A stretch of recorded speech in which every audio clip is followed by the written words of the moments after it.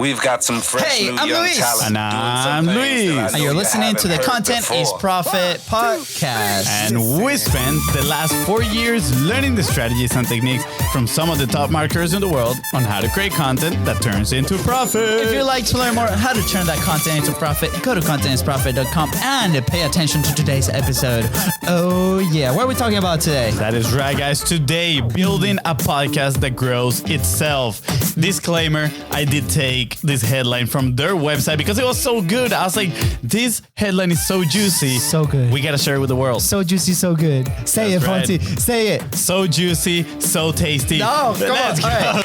Anyways, Fonzi, do we have a sponsor today? Indeed we do. And it is the one and only, your own, the Biz Bros with Content Momentum. Let's And go. you might be asking yourself, what is Content Momentum? Well, if you produce a long form piece of content and you want to turn it into meaningful, right, assets that you can share into the world and contribute, right, your message, contribute to the world, amplify it. Yes. Instead of adding So some good. more noise, then we want to help you out. We want to help you turn that valuable message into value-packed bite-sized assets. So slide at the DMs at BizBrosCo on Facebook, on Instagram. Yeah. Oh, that was so good, Fonzie. Appreciate it. So Thank you. juicy, so good. Okay. It's a coffee. Go ahead and subscribe. Smash that subscribe button so you know those episodes dropping on your phone every Tuesday, Thursday, Saturday with tons of golden boulders.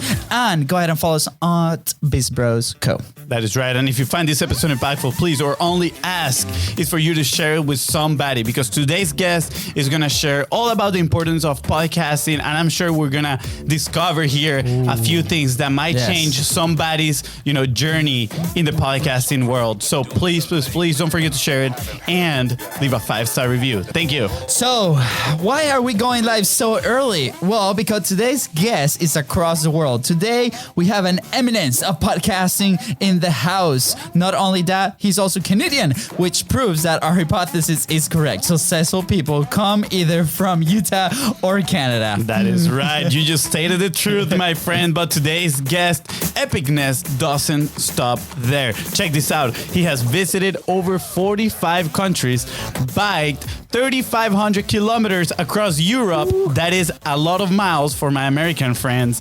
And walked 300 kilometers from Portugal to Spain on the Camino of Santiago. What about the podcasting side of things? Today's guest is the owner of Counterweight Creative. He created the Podcast Marketing Academy, where he teaches podcast strategy, marketing, and production. And check this out. He wrote over 250 blog posts in 2020. That's right. How insane is that? That is pretty epic. that's so good. Can you even imagine writing 250 blog posts in 1 year? It's like, I feel like at the end of the year, my fingers would be like this. Like, I'll be like cramp, all my fingers. But, with that being said, please welcome master podcaster, founder of Counterweight Creative, and citizen of the world, Jeremy Enns. Hey, thank you guys so much for having me on today. Absolutely. Jeremy, man. welcome. As you can tell, we are pretty pumped up that you're here with us today.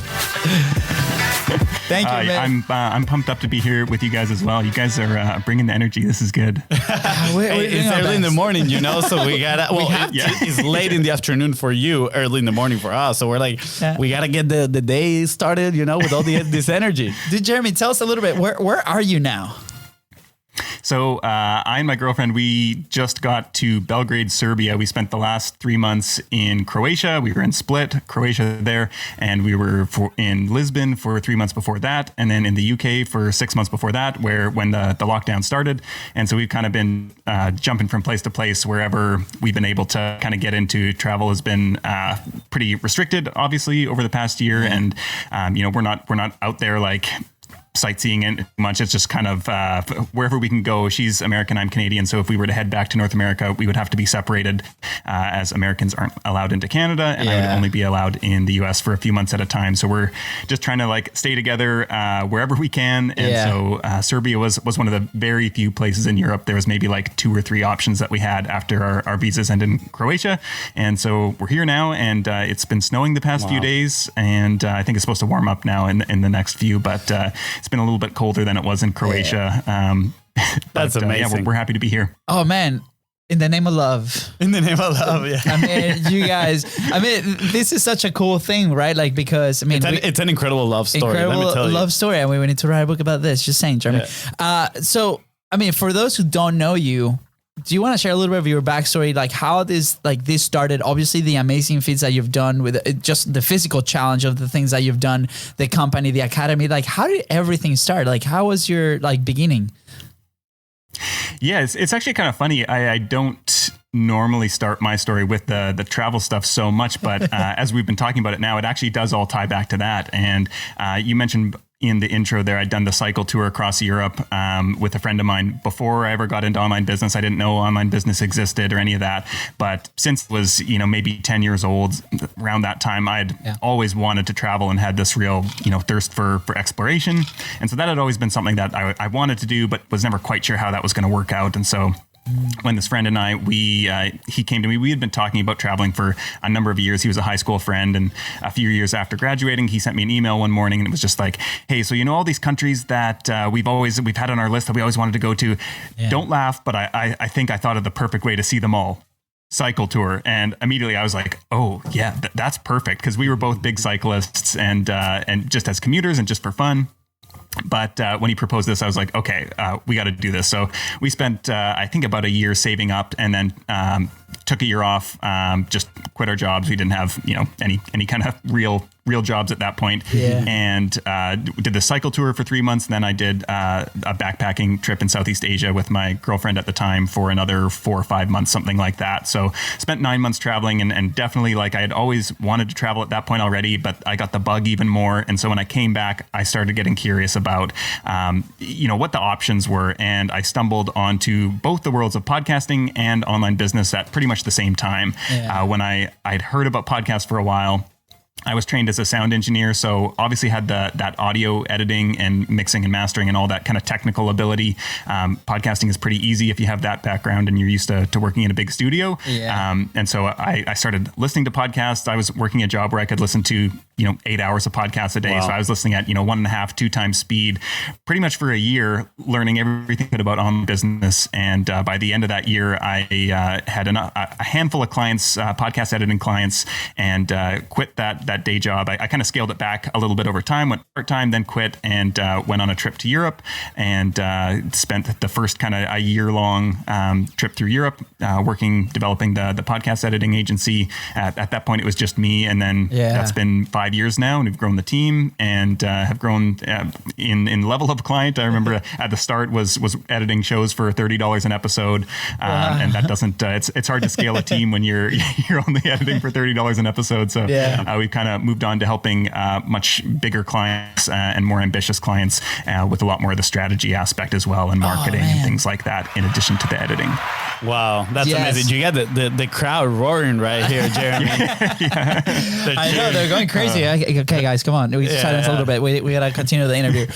Jeremy, I just want to highlight, obviously, everything's super awesome. Like we could potentially do like a full series of this interview, just diving into your individual experiences. But I want to highlight something that comes to our conversations quite a bit, which is the pricing part of things, right? You mentioned, hey, you started with $30. For us, when we first started, too quickly, we realized that the service that we were offering 4 years ago was not scalable at the price that we were selling it, right? So we had to kind of learn and evolve, right? Go to different type of clients sometimes, right? So before Fonzi asks the smart questions, right? Because he's really good at this.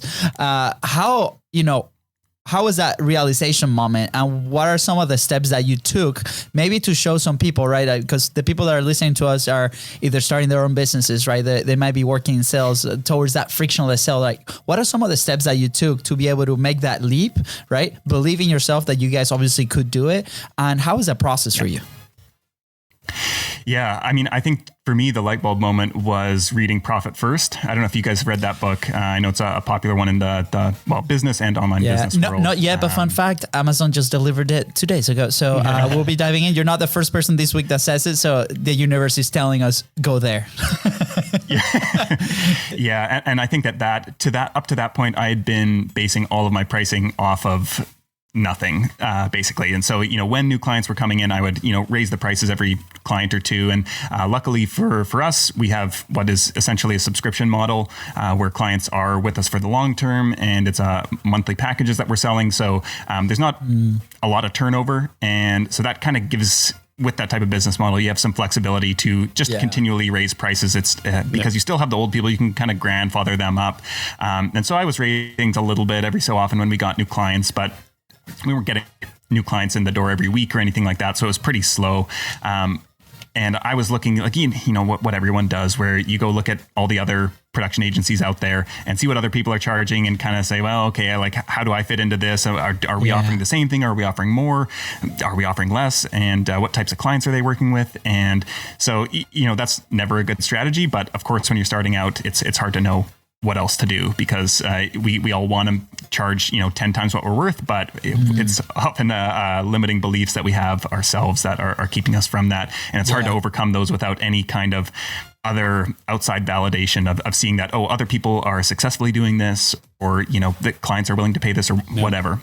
Yeah. And so when I read Profit First, there was part of the book he talks about basically what your margins should be based on your level of business. And he's got a whole formula that you go and plug in your numbers and see what they're at. And based on that, then you make these allocations to these different bank accounts, and it can get a little bit technical, so we won't go into that. But basically, I looked up okay, my profit margin should be this. And I looked at it, and it was it was laughable how far off it was. And he says in the book, he's like, probably most people this is going to be way out of whack when you're reading this, when you're going to put this into effect. And I really he talks about that in the book. He does a great job of not making you feel bad for messing all this stuff up, because nobody teaches you this. And we, we're all just making it up on the fly and charging especially if we start from a side hustle or something like that, we're taking whatever we can get.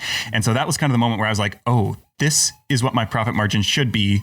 Okay. And from there, then I built a Google sheet that had basically programmed in, okay, if editing costs, if I'm paying my editor this much, my show notes writer this much, my admin person this much, plugging in all these things. And then for these different packages, then this is what, 50%, the 50% profit margin should be. And then I know, okay, well, I can just plug in what everybody's rates are, how much I'm charging per episode, how many episodes, whatever. And then this is the amount I should charge per month. And so based on that, then I was like, okay, actually now I feel solid. It was so much easier to quote people because I knew, okay, this is the work we're doing and this is what I should charge. And because of that, I think it was easy to, it made it so much easier to write up proposals, but it also gave me a lot of confidence in knowing I have to charge this much. If I don't charge this much, the business is going to go under. I can't afford to keep running it. And so it wasn't even about I think sometimes when you are thinking about, especially when you're starting out, doubling your rates or something like that, it feels almost greedy sometimes. Well, I don't need that much, or how could I mark it up by 100% over what the costs are? That's so much. Nobody's going to pay that. They can get it way cheaper.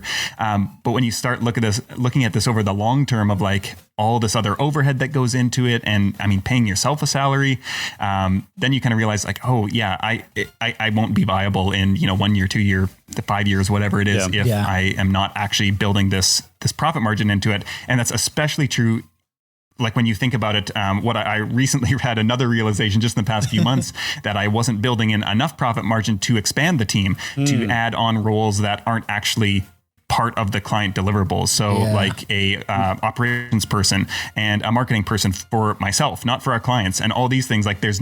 If you don't have additional profit margin, you need to build those in before you actually want to hire those people so that you have that budget when you do. And so that was kind of, I realized that and have now built that into my spreadsheet again or my calculator, so that is all accounted for as well. But each time you add those new things in, it's just oh man, this is getting expensive. But you also kind of understand why a lot of services cost so much is just because there's a lot that goes into them. Yeah. Oh, so good. We're going to celebrate this. Obviously crowd going wild here in the studio. This is what we call, Jeremy, a golden boulder, right? It's like a golden nugget, just way, way bigger. This is amazing. This segment right here, we're definitely going to chop it up and share it with the world, because hopefully a lot of people will watch this and ask themselves, am I charging enough? Right. And you're doing a favor, because when you don't charge enough, right? You might even resent the client that you're working with because now you're like, oh, I'm not getting paid enough to do all this work.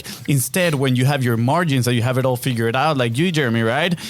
Then you can go and say, I can fully support and service this client right here with all of my ability and attention that they deserve, right? So it is such an important point that people need to accept. And it is difficult to come by through, to that confidence, build up that confidence of when you quote someone telling them, hey, it's not, the price used to be this, but now we're going to charge you, maybe 50% more or who knows, way more than it was before.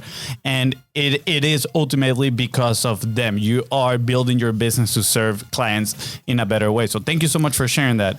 And Jeremy, I keep thinking, going back to the beginning of your story too, and you say you listen for podcasts for like about 8 hours a day for like a year, right? And I feel a lot of people in this game, especially in the online business, online marketing world, they get caught up in the consumption aspect. You said throughout that year, you started your business and then you started to, slowly grow it. But what led you to go from consumption to action? Was there a challenge in there for you mentally, right? Your mindset, how did your mindset change? And how do you go about acquiring those first few clients for yourself? Yeah, that's interesting. I think I was always experimenting. I actually, when I first started listening to podcasts and getting into the world of online business, I was pursuing a photography business. So I'm still into photography. I don't have as much time for it anymore, but that used to be a really big part of my life, and especially related to traveling. And so I was looking to build a photography blog and wanted to do courses and all that kind of stuff under that. And so I was writing maybe 2 articles a week or something like that on this blog, and it was kind of getting a bit of traction. But I knew that it was going to be a long haul to actually build up an audience big enough to then create courses and sell them. And that was going to be, 1 or 2 years maybe to bring that into fruition. And somewhere along the line there, I realized that starting a service-based business was such a faster way to being able to actually go start traveling. Like I realized okay, I could keep pursuing this thing, this photography goal. Like that's the thing I'm maybe most passionate about, most interested in. But then I realized my actual goal is to be able to travel, to work and travel. And there's a much faster route to getting there rather than, staying at home for the next 2 years, building this audience. I could, within 6 months, have enough clients to start traveling if I took my existing skills that I, went to school for, the audio engineering, and applied that. So from the moment that I was listening to podcasts and things like that, I was always experimenting with that photography blog at first, and then applying it. It's one of the things that I found is it's hard to waste any of that knowledge. There were so many things that as I was building, then 6 months later, I worked on the photography business for 6 months or so, or maybe 9 months overlapping with the podcast stuff, and building websites and things like that. Once I switched to podcasting, I was like, oh, I know how to build a website because I did it for the photography blog. And I know how to do all these other kind of technical things and maybe even some, basic marketing things because I'd done those somewhere else. So you kind of build up those building blocks through, just applying it to all these different things, even if they're not, the final business that you're running. And in relation to the content consumption and overwhelm, I noticed a point where that's a lot of podcasts I was listening to. And there was definitely a point where everything started to sound redundant. I was like, okay, I've heard this before. Yep. Okay, this is all starting to sound the same. And so at that point, I kind of realized a couple things. And so the first was that this is probably true. If this many different people are saying it who are all quite successful, they have big podcasts, big businesses, this is probably true. And so that's good. I know I'm on the right track. And probably I actually need to get to applying that stuff. And the other thing was that I started to get I don't know if I'll say burnt out, but just tired of that content, the online business stuff. So I would parrot it back to maybe 1 or 2 shows that I really loved that I kept listening to in the business space. But then I started actually listening to a lot of other content that was just storytelling stuff, This American Life and things that were just generally interesting to me. Freakonomics, 99% Invisible, what were some of the Hardcore History were some of the shows I listened to. And so I would listen to this other stuff that wasn't business related and just let all that stuff kind of ruminate in my mind. Along with the business stuff. And so I think that's happened multiple times. Earlier last year, I went on a huge binge of this one agency show. I think it's called Smart Agency Masterclass with Jason Swank. And I just binged through tons, like dozens of those episodes. I think they're like 30-minute episodes, and I'd listened to probably like 3 or 4 a day. Wow. And I'd never listened to like an agency specific show before, and I never even thought to look. And so I learned a lot from that. They were much different, or a lot of them were very different types of agencies than I'm running with. Some like dozens or hundreds of employees, and like where the goal is like to build up and sell the agency into a massive like national marketing agency or something like that. Yeah. So that's not my goals, but I did learn a lot about running an agency from them. And after I listened through however many 50 episodes or more, I was like, okay, I'm done with this, and just like let that go and moved on to something else. That's so good. I've kind of you reach a point, and I've come to like recognize that where it's not helpful to keep consuming anymore, and you just need to like turn it off and like focus on implementation. And so often now with my education, it's very much like focused of like, I want to learn a specific thing, and I'll really deep on that, and then I'm going to only listen to other stuff in the off time that's just like it's not business related. Although probably for people like us, everything that you consume always comes back to business. It always gets funneled back in, which is I think one of the great reasons to listen to broad content that isn't business related, because you come up with these like new ideas and new perspectives, new ways of looking at the things that are happening in your business that you're not going to get from listening to yet another business podcast that's like, do these 5 things to like increase your traffic or whatever. That is, we had a previous conversation on Monday with George Bryant. I don't know if you're familiar with him, and we kind of landed a little bit in a similar topic, and we started thinking about principles, right? Under any topic, there's a certain amount of principles, right? That if you master and you can actually go ahead and then master that topic, right? Or at least be the 1% of the people that master that topic. And what you're telling me is that, right? Like you got to a point where everything that you were listening to was redundant.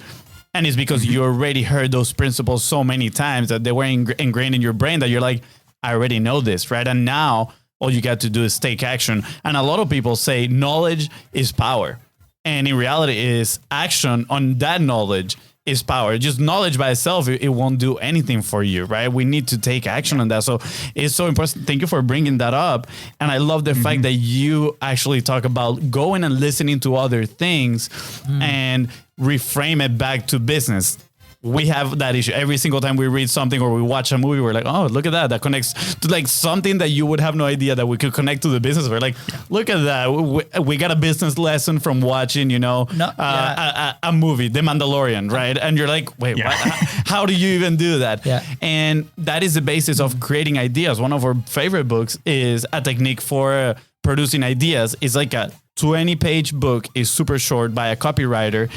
And he talks about the importance of consuming other things that are not just business related in your vertical. Like go and, study the things that cause you curiosity, right? Like history, right? You just said about you listen to hardcore history. So when you listen to all these things, then when you write and when you talk and when you speak all these things, you can match all these ideas together, creating your own new ideas, which is absolutely amazing. And that's what is going to differentiate you and any other marketer from the rest. Yeah, I remember going to an event and they were saying, hey, you guys should go to a totally different conference, right? Like something that is like, plant-based or nature-based, and just go sit and listen and consume that different.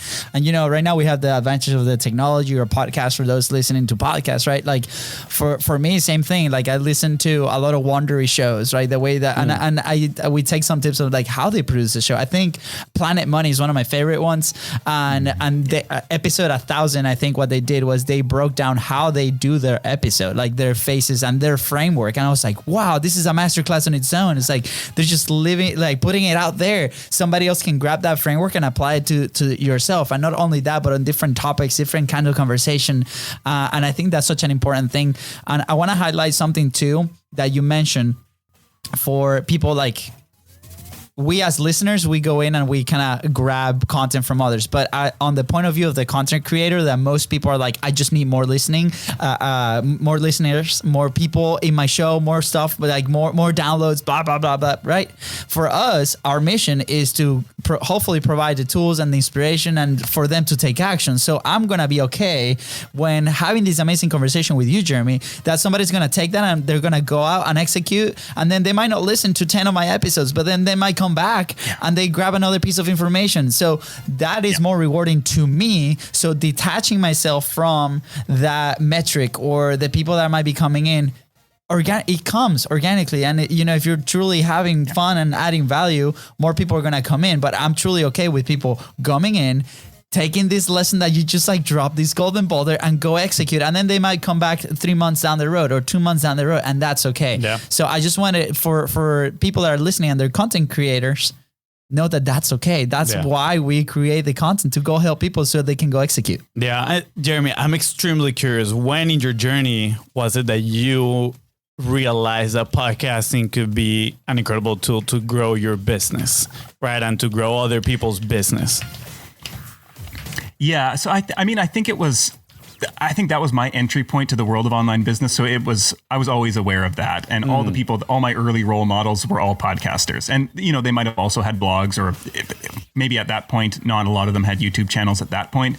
Yeah. But definitely like podcasting was their main content creation channel. So I think that was my introduction to online business. So that was always kind of like, okay, this is a great way to grow your business. Yeah. And I think it wasn't, I think it's more been in the past couple of years that I've actually had a kind of shifting perspective. And I think that things have changed in the world of podcasting here, where 5 years ago, you could start a show and there probably wasn't that much competition. So if you had a great sounding show and your content was okay, you're probably going to grow a pretty big audience. Yep. Whereas today you can have a great sounding show and great content and you can still remain entirely obscure. And so kind of what I realized is that like a lot of our clients were signing up to work with us, starting shows, paying us quite a bit of money, and they weren't getting that results. And some of them really were, and some of them weren't. And so I started getting curious about like, well, okay, both like, let's take client A and client B. One's growing, one's not. They both have great shows. They both have great content, great big name guests. Like,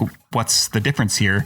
And what I realized is that today in like 2021, podcasting, I think, plays a much different role in a marketing system than it did 5 years ago.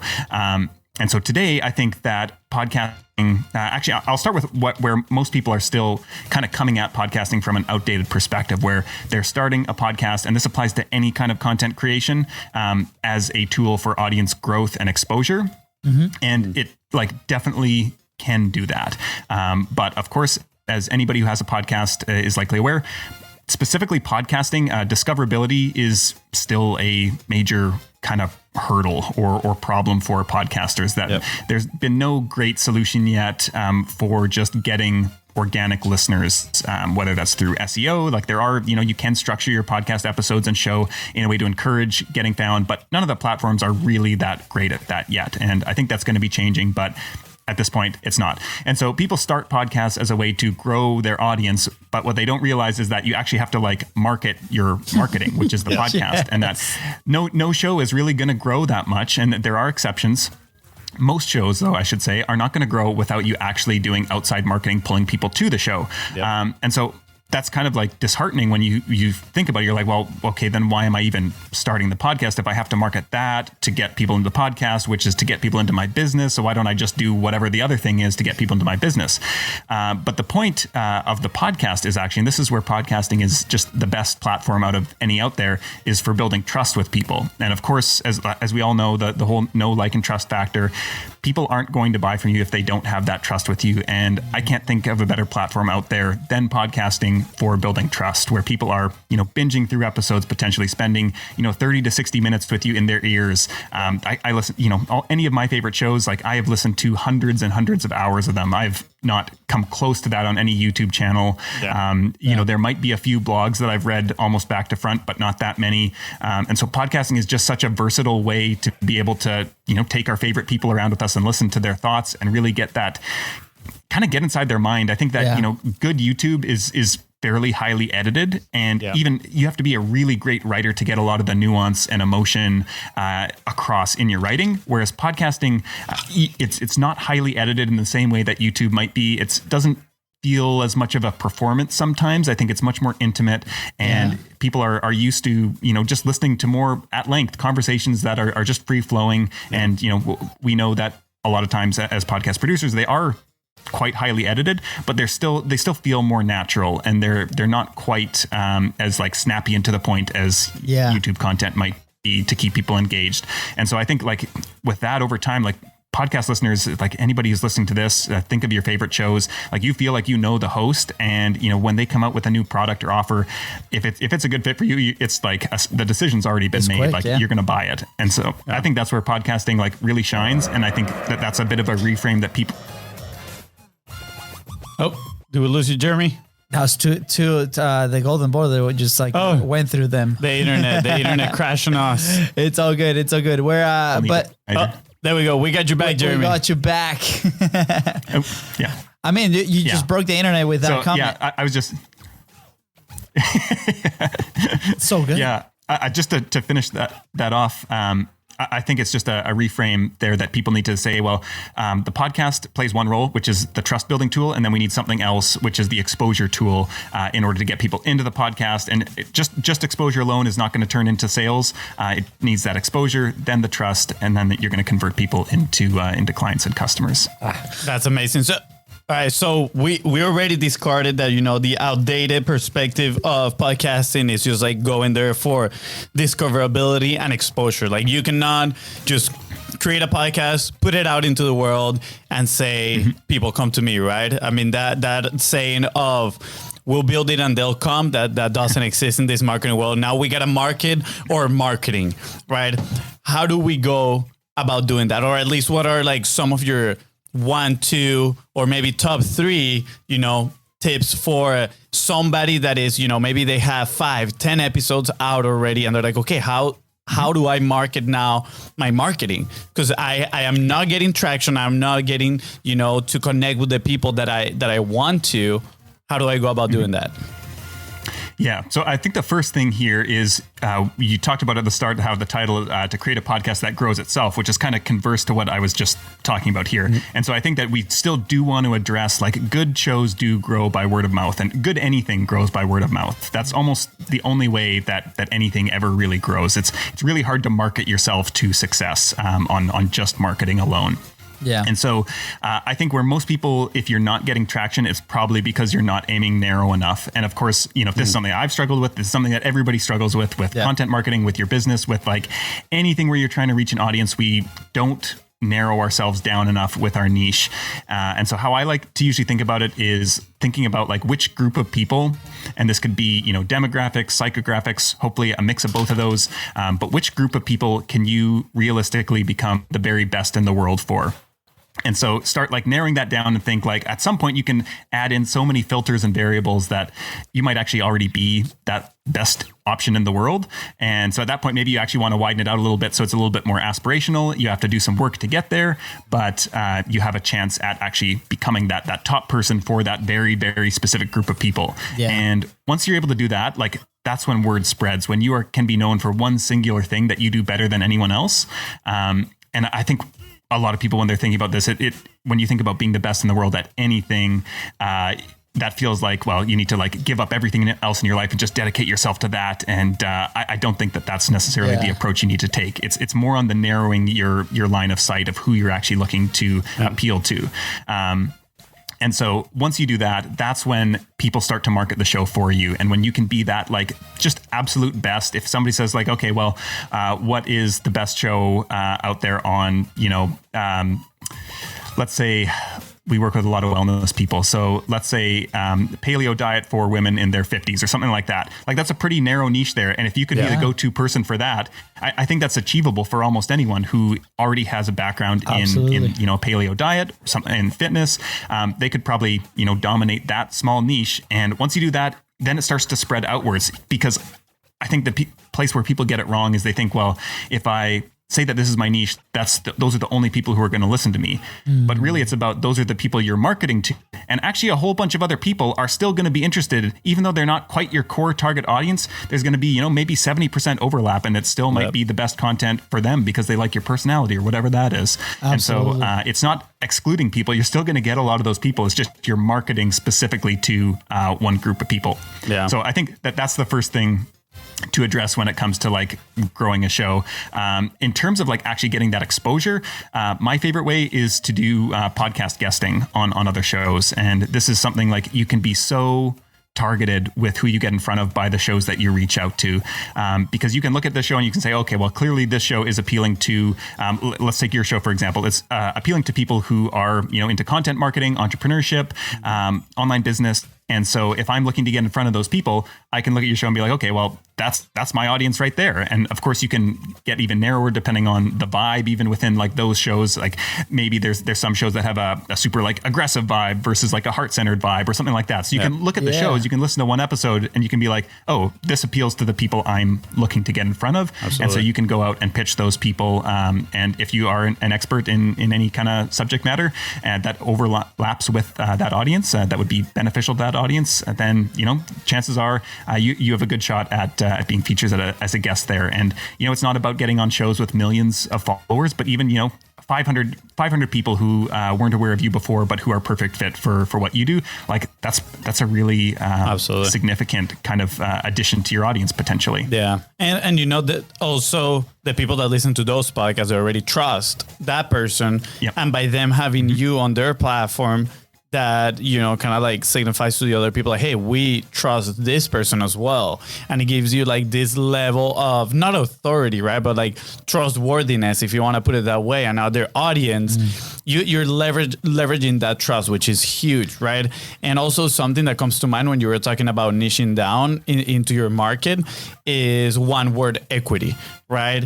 And it's kind of like, okay, what is that one word that as soon as people say it, they know is you? Or in this sense, we can do one sentence equity, for example, like you said, right? Paleo market for moms over 50 years old. That is very niche, right? So when I say this, who is the person I'm thinking about, right? And the easiest example of all is search, right? When we say search, we all think about Google, right? Of course. Mm-hmm. And when people say content is profit, people think about Bizpro. Okay. Hopefully that's the goal. That's the one sentence equity we're going for, right? Come on, guys, go spread the word. And when they go for podcast producing, they're thinking about Jeremy right here, right?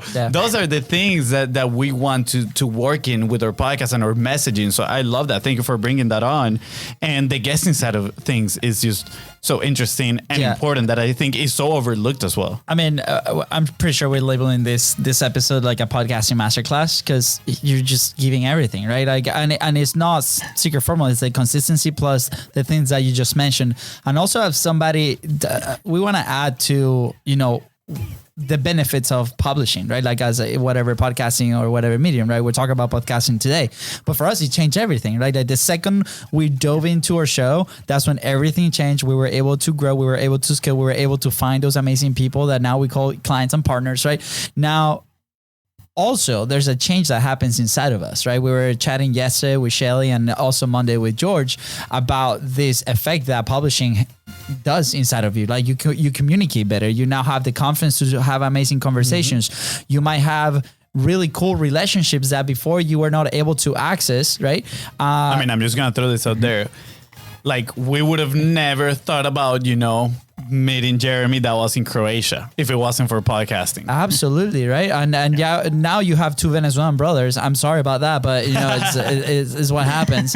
And then after that is whatever comes after that is just a winning, right? Like whatever comes after the marketing, the market or marketing your marketing, right? Is just a plus for that internal change that starts to happen with you and the relationships that you're able to build. And I'm sure you've lived that on your end, right? So I've had this question since we started? Because I think like internally we know we might have an answer for this question, but for you, when people ask you, right, you have these conversations on, well, what is going to be my return on investment when we start a show, for example, right? For us, that's a question that comes often when we present the opportunity to do the M2M or the content momentum program, right? They're like, oh man, like all this content, all this stuff, the show XYZ, right? There's input that we need from them, right? That's an investment in time. We're helping them with all the after, but what do you say to those people? Or do you even have those conversations because you have your audience so dialed down that they don't even ask that question? What's the scenario there? Yeah, so I think a lot of the people who come to us, they are already sold on podcasting itself. And so I think, there have been people who, I do have sales calls with every so often who are just exploring, they're on the fence. And those, if rarely they turn into clients, sometime down the line, it might take 6 months or a year, but I'm, really upfront with people, kind of like we've been talking about here, that, podcasting is probably not going to be a quick win. It's not going to grow your audience overnight. It's probably going to take a year. One of the things that I like to say is, this, I always say it regarding podcasting, but this applies to any kind of content marketing. Yeah. But you can do it for a year and it probably won't feel like it's worth it. It might feel like maybe you've kind of broken even on the time you've put in. Probably not even that. But if you do it for 5 years, it could entirely change your life. And so it's what you're talking about there with the consistency, and it's all built on compounding returns, where as we've all become very familiar with exponential growth curves this past year with COVID, you do it for a long time and it looks like nothing, and then all of a sudden it just starts rapidly going up. Yeah. And that's that power of compounding returns of like, you can do it for that first year, and even the second year it feels like a big struggle, and then all of a sudden, for no reason at all, you don't change anything, and all of a sudden it just starts compounding and building up, and you get all this momentum going, and pretty soon you become unstoppable. Yeah. And so I tell people that, and I say, like, this is it's podcasting is a long game, and it's not about quick audience growth. There, you should probably go look at Facebook ads if you want that. But this is about building trust, and like, think about investing 5 years in building trust with people who are going to be with you for the next 20 or 30 or 40 or whatever it is. Like, that's a pretty powerful thing there that is well worth the investment in my opinion. Yeah, no, definitely. Yeah. And I love the honesty up front, right? It's like, hey, it's a long-term game, and you need that commitment, right? If you're going to go into this, you need to understand it's not like you're not going to see results in just a week. You could, if something happens, who knows, but the normal is that long-term. So being honest again with your clients. And I think that goes back to the pricing part of things, right? Because when we are, giving a proposal to somebody and they're like, why is it so much more than this other company? It's like, well, because, I'm building this company and I want to serve you in the best possible way. Again, being honest. And it ties to what you just said. Oh, man. Dude, Jeremy, today has been an incredible masterclass. I mean, at some point, I'm going to throw it out there. We need to bring you again part 2 and continue to dive deep, because it has been incredible. Not just for us, but for the people listening, obviously. So we're going to re-listen to this, and I think we sync very well in how we think, because, the content game is also long-term, right? Like, for us, podcast has been the main pillar, and then from there, everything else that we do afterwards is just enhances that experience and the quality of people that we've been able to communicate with and build the relationships and eventually, work with has been incredible. And I'm sure you see it on your end as well.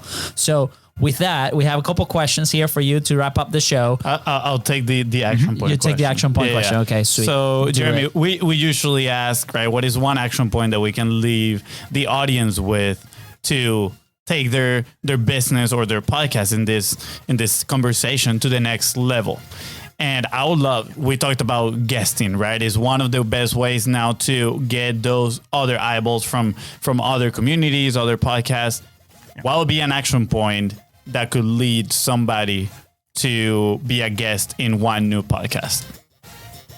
Yeah. So, I mean, I have a free mini course on this. If people are interested, it's at counterweightcreative.co/podcast guesting. And so there are more than one action point. You can get all the information on how to get booked on shows there. But I would say that the first step, and this ties back into something else that we talked to before, is just getting super, super clear on who that audience is, who that person is that you can be the best option in the world for. And I think that kind of just to reframe it another way, like, if you can't be the best person in the world for just one person, you're probably not going to grow an audience. You just need to start with that one person who you're like, I can serve this person better than anyone else in the world. I know for a fact that I can do that. And if you can do that, they're going to tell one other person like them, and that's how things grow. And you're going to need that for guesting on other shows. You need to know who you are actually wanting to get in front of. You need that for building your own audience, for creating content for them, for building your products and services. All these different things stem from like who that person is that you better equipped than anyone else to serve. And so I think that if there's one action item, it's like getting super clear on that person or that narrow group of people who you can be that best in the world for. I love it. I love it. Sounds good. Well, I wanted to ask you, because I'm sure we have listeners here, like, I want to meet Jeremy. I want to like work with him 100%. Who's your person? Yeah, so I'm actually currently going through a brand strategy process, which is kind of redefining this. So we, for the past, I mentioned before that we worked with a lot of health and wellness entrepreneurs. And so for the past few years, we've been kind of 70% in the wellness space, and that was all just through referrals. And so we kind of had niched down to being, the only really podcast production agency who was targeting specifically health and wellness businesses. That's kind of shifting now as I'm thinking like, well, who do I want to be working with over the next, 10 years or 20 years? And what's really in line with the content that I just naturally create, because that was something that I just kind of fell into. And so it's not quite fully defined yet, but it's becoming more people in like the business for good space, people who believe in using their platforms and the businesses that they've created to actually influence social change, not like through their products themselves, but in addition to that. And I've been meeting so many business owners who like they offer one product or service, but they also have this larger view of how responsible businesses contribute to the world around them and their communities and the people, their teams, and really everyone on the world. So that's really where I want to work with people who are of that mindset and who are kind of like breaking away from some of the old school, maybe like sleazier online marketing tactics, and are looking to really infuse their work and their marketing with generosity and empathy and really like just care that comes through and that kind of honesty. So, so good. That's who I want to work with. Awesome. If you know anyone, send them my way. Absolutely. And if you're listening, please go ahead, scroll down. The links are going to be right there. Communicate with Jeremy, obviously. And I just want to, there's a hidden lesson there, right? Like that process never ends, right? We got to revisit, we got to redo it. We got to revisit, we got to redo it. So for those, like, you start with them, but then revise it, right? See what happens. Like, am I a good fit for this relationship, right? Let's reassess and let's evolve. And, internally we've lived that too. We started with a type of client. Our first ever client 5 years ago was a Mexican restaurant, right? We don't work with restaurants anymore. It has evolved from there, obviously. So, super awesome. Thank you, Jeremy. All right. You got the last question? My favorite question? Favorite question, Jeremy. Where would you be if you didn't publish? Oh man, that, wow. You mentioned at the start that I wrote something like 250 blog posts in the past year. I started up a daily writing habit and publishing habit at the start of 2020. And then mid in the year, I started going for longer multi-day posts. And so kind of got away from that elusive target of the daily publishing. But what I realized through writing a blog post every day was that just like it unlocked all my ideas. So I have a course come out of that, actually multiple courses now. I have had product or like service offerings for our clients. I've had like future business ideas, like just everything has come from that publishing, writing and publishing and creating that content for me over the past year. And that single habit has just like transformed everything for me in terms of my like confidence and like feeling like, I think the biggest thing is having written it all down and published that content is like, now when somebody asks me a question, I'm like, oh yeah, it's easy for my brain to go, yeah, I have an answer for that because I wrote it down and published it. And so I feel like so much sharper on consulting calls and things like that. I don't have to think through things. I'm like, no, I already know the answer to this because I already thought about that question and created content around it. That's amazing, guys. Go unlock your ideas. Go publish. And Jeremy, I want to give you here, because I know we're coming up towards the end of this episode, but I want to give you space for you to, share a little bit about the Podcast Marketing Academy. I checked it out. I know it is a cohort style where you get a group of people and you're actively, in there helping them. So I'm curious too, when is the next one going to be open? How people can find it? Yeah. So I'll have a link with all the information about me, a bunch of like recommended podcasts, books, stuff I'm into, as well as Podcast Marketing Academy and other resources like that. That'll be at counterweightcreative.co/content is profit. all one word there. But the next Podcast Marketing Academy is going to be going live end of March, early April, and there is going to be when it is available. And you can go to counterweightcreative.co/marketing and sign up for the waitlist there if that's something that you're interested in, and check out the information on that. Awesome. Thank you, Jeremy. Yeah. So good. I encourage people to go and check it out. If you got any value out of today's conversation with Jeremy, please go check it out. I'm sure you won't be disappointed. Yeah. Go connect, engage, go have those content conversations, guys. And with that being said, thank you so much for tuning into the Content's Profit podcast. Go ahead and subscribe, smash that subscribe button, and follow us on social media at BizBrosCo. That is right. And if you find this episode impactful, which I am sure you did because Jeremy was incredible, please don't forget to share it and leave a 5-star review. Thank you. Bye, guys.